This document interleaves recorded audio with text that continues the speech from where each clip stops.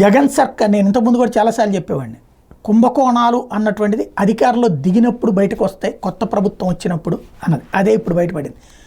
పులివెందులలో ఒక ఎంపీ అవినాష్ రెడ్డికి వరసకి బావయ్య అతను, విజయభాస్కర్ రెడ్డి అనే అతను ఒక క్లబ్ హౌస్ కట్టాడట.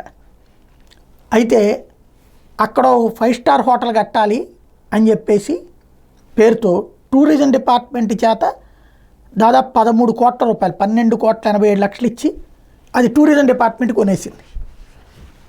అది ఒక ఎత్తు అయితే, అండర్ కన్స్ట్రక్షన్లో ఉన్న దాన్ని కొని దానికి మళ్ళీ 23 కోట్లు కేటాయించి దాన్ని స్టార్ హోటల్గా అభివృద్ధి చేయడానికి ప్రిపేర్ చేస్తున్నాడు.